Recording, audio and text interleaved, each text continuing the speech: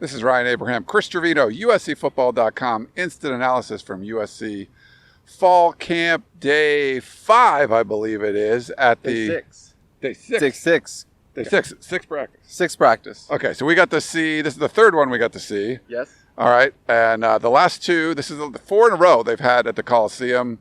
And they had an open one on Monday night here at the Coliseum you got to go to.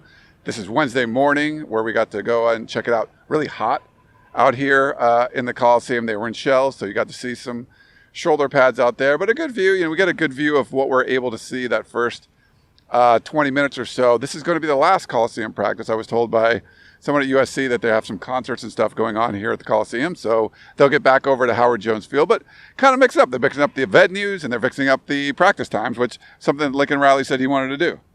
Yeah, we're here late on Monday. You're going to get out of here till like 10, and then we're up early here. I was here at 8 a.m., for this early morning practice. Last month, or Monday was nice because you didn't have that heat factor, but today, definitely, you could tell that he was a factor. I don't know if you can tell I'm sweating here, and you could see on the field as well. Those guys were sucking down water. You could tell they were feeling it out there on the Coliseum. So a nice hot practice, something to toughen them up as we move towards further into fall camp. Yeah, I saw a lot of the DBs we got to talk to today, and they were kind of hanging out around that Gatorade cooler, getting cooling off a little bit. A lot of players were doing extra work and something out here, so it was definitely a warm practice. And like I said, they're going to be moving over to Howard Jones Field. The next practice we'll be able to see is a Friday morning affair over at Howard Jones Field.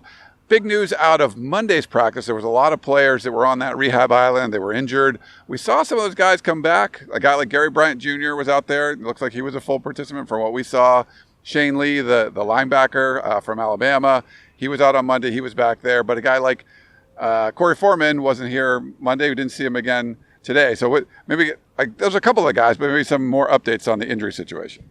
Yeah, I think that was kind of the big storyline from Monday, was that there was just a large amount of people that were on quote-unquote rehab island and guys that, weren't at practice. And Corey, Lincoln was asked about Corey Foreman, and he said, he had a prior engagement to go to or something of that nature. So that's why he was not there on Monday. We did not get to talk to Lincoln today, so we did not get an update. We'll probably get an update on that on Friday, especially if Corey is not there on Friday. But I would assume it's something that ties to which why he was not there on Monday. But in terms of the injuries, yes, Shane Lee, Latrell McCutcheon, Jalen Smith, Bryson Shaw, so that safety room took a big hit with those three safeties, and obviously your projected starting Mike linebacker, Shane Lee, was out on Monday. But the good news was Shane Lee, Latrell McCutcheon, and Jalen Smith were all back in practice. And as you mentioned, Gary Bryant was out on Monday, and it looked like he was going to be out as well for today. But then, lo and behold, you were like, who's number one? And it was like, oh, Gary is out there. Gary was out there catching passes in the route drills. So it looked like he skipped on the team warm-ups, but then just right into, catching some balls. I don't know if he was like, no, I'm just going to go out there and do some stuff. So he did get a practice in, and it looked like he still had his shoulder pads on when we came down. So it looked like maybe he did more stuff. But that was a significant update there. Bryson Shaw did not practice today. He at least did have his helmet with him. He did not have his helmet on Monday, had his helmet on today, which is, a good sign that they're kind of getting back into it. Yeah. A couple new guys that were on rehab island today were wide receiver Kyron Ware-Hudson, who had a really good spring, and people were excited about him, but he's back on the rehab island there. And then Solomon Tuliapupu Solo, the big defensive lineman, the one everyone's rooting for. He has taken a stint here on rehab island. He looked okay when we left practice and he was walking off. He wasn't wearing a boot or a brace or anything. He was just kind of stretching himself out and walking fine. So, not really sure what it could be, maybe nicks or bruises or whatever. But I know a lot of people are disappointed to see Solo on rehab island, but he's had a really nice spring. He had a really nice start to fall. So hopefully he's not there for too long. Yeah. And those are kind of the big ones that jumped out to me. And then one big one is Monday. I saw a player in a boot, and I did not know who they were because they were not wearing a jersey. So for all I knew, it was a walk-on wide receiver or whatever. But today it was, in fact, Jake Jensen, the JUCO quarterback transfer. He was rocking his 17 jersey. So he was in a boot with his left foot, just like Jude Wolfe, who was not there today. He had a foot injury, and he was in a boot on Monday. But Jake Jensen, he was out again with his boot. But props to him. He was still throwing passes during the route drills with the boot on. So, yeah. At least now, USC does have some depth at that quarterback position with the two walk-ons they brought in. So there were plenty of passes to go around. It looked like he was throwing without a helmet on and stuff, too. Yeah. It's kind of funny to watch that. unfortunately for USC fans, people want to see what's going on with Solo. They want to see what's going on with Corey Foreman. For them to not be able to participate, not a positive sign. Eric Gentry, someone we wanted to talk to, the ASU transfer from linebacker transfer, and we weren't able to talk to him today. Some kind of prior engagement, but he was in a yellow jersey, so not necessarily an injury, but he was there with that. Non-contact. Can't touch him. Right, he couldn't touch him. He's this tall beanpole. You could kind of tell who he was. You're like, you couldn't see his jersey number because he had a yellow jersey on, but you were like, is that Gentry? Like, yeah, like there's no one that's that tall in that linebacker group. All right, one of the guys I got to talk to after practice, rush end Solomon Byrd, the Wyoming transfer, sporting the number 51. What did he have to say? Yeah, the Marlon Tuipulotu number, so a little weird to see it on someone else playing rush end, but yeah, Solomon has been a big addition for this team in that second half of the transfer portal run after spring because they needed more depth, and it's always nice to get more depth on the defensive front.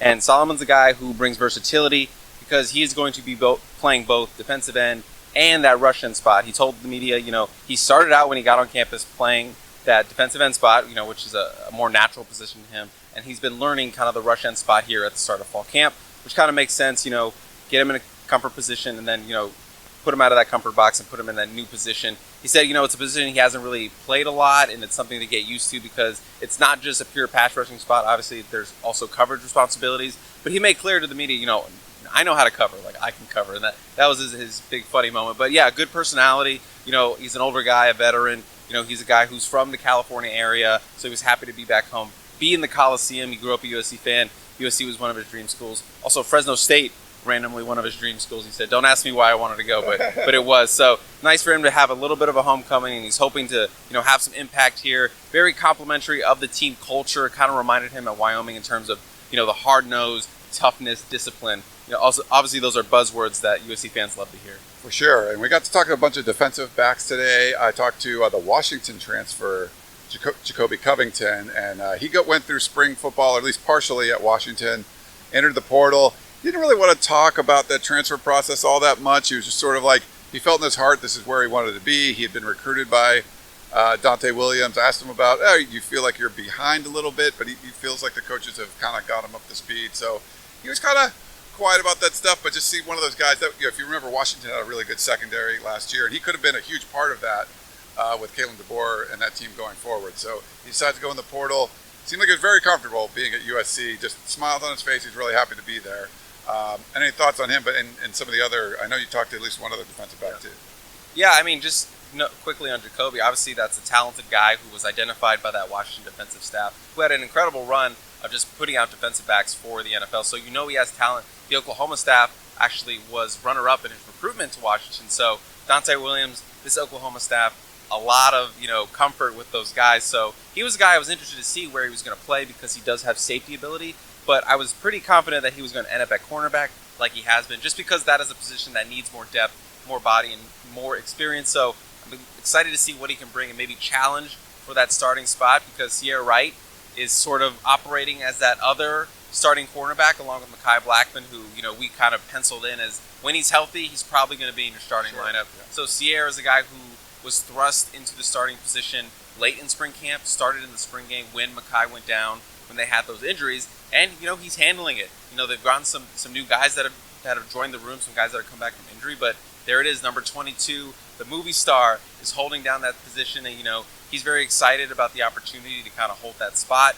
And a lot of his time talking today to the media was about his new TV show that he's on. I believe it's called Grownish on ABC. So a lot of it was talking about that and kind of how acting discipline and football discipline help, being able to get up in the morning for lift, or be dedicated to, learning your lines for a show, all those kind of little things. But Sierra Wright, was a top 100 prospect coming out of high school, so we knew he was talented. He just had to kind of put it all together, and, he was a true freshman last year, and that's a lot to throw at, being in a movie, going to movie premieres, going in class, being a Division I athlete. That's a lot for a true freshman, a guy out of high school. So, you see him starting to put together, that talent coming together on the field.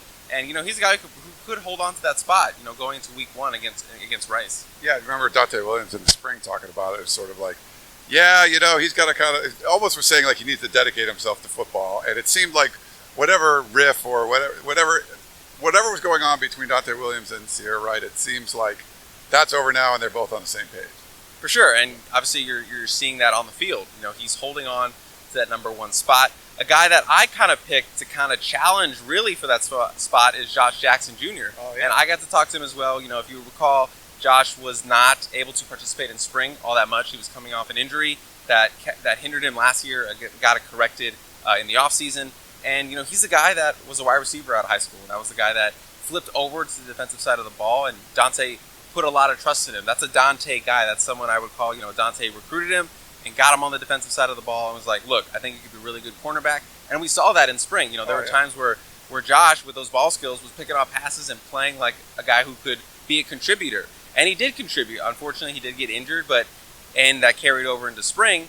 And he was so excited just to be back out on the field because obviously it was hard to watch. You have a new defensive staff. You have a new scheme that you have to learn. So that was tough just having to be on the sideline, take mental reps, and handle your rehab. But he's excited to be back out here. He's kind of working with the twos right now, trying to make a jump into that starting lineup. But he's a guy to look out for. He's kind of a dark horse pick for me to be a guy who can move up and maybe challenge for that starting spot.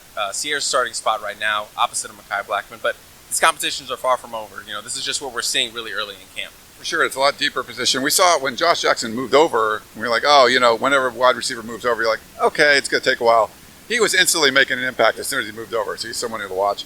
Anything else, Chris? Final thoughts from USC Fall Camp. Last one in the Coliseum. Yeah, I'm just excited for Friday, which is supposed to be the full pads day. Get those full pads on, see him knocking around. I know guys like Sean Nua, Roy Manning, all those guys are probably really excited to get the pads on and start hitting. So this whole team, we're going to see that culture come together again for the first day of full pads. Get to see what everyone looks like in full pads. But I'm ready to get out of this heat, Ryan. Yeah, I am too. It's pretty warm out here. So let's go wrap it up for the Coliseum. Stay tuned to USCfootball.com for more.